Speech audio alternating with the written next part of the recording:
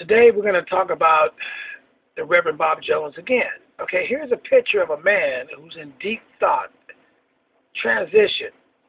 He's been handed a country that has been totally wiped out by a man named Mr. George W. Bush, who most people like Bob Jones loves. See, Bob Jones won't sit up here and tell you how George Bush wiped out the country, wiped out the banking system, wiped out everything, and then try to blame it on giving housing to poor people.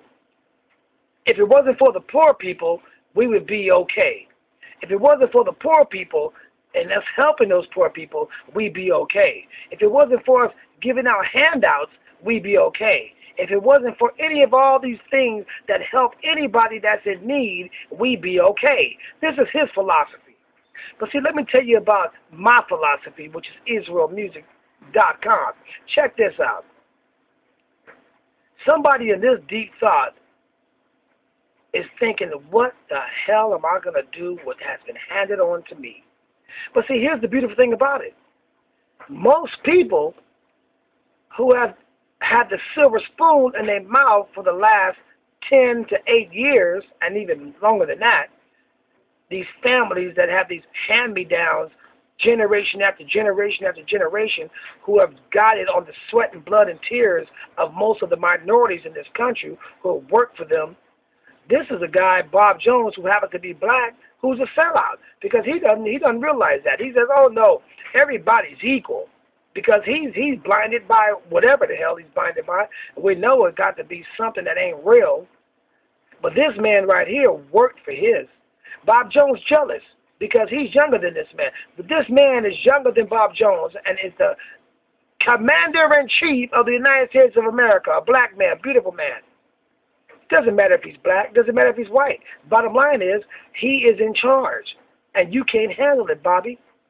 Now, Bob, why is it, I guarantee you, if this man said, let's have a war, and they start bombing Afghanistan or bombing Iraq or Iran, all you people on the right will love it. You'll say, oh, yeah, he's a good president. He got another war going on, because the right loves war. Democrats don't do war. We try to have peace. Now y'all say, he's apologizing. He's running around apologizing on the apologizing tour. You damn right he got to apologize because you fools and messed up. He's got to apologize. Why don't you apologize? You should apologize for being an Uncle Tom. You should apologize for being a house nigga. You should apologize for all that. But nobody in the community here in Corpus Christi wants to even see you. When they see your face, they want to throw up. But that's why this man's in deep thought. He's trying to figure out what he's going to do to fix the mess that your people done put in. And when I say your people, I'm talking about the right side. Your people can be black, white, Mexican. It doesn't matter. If you're on the right, you are those people. So don't try to put that on me, okay? Look at him. He's in deep thought.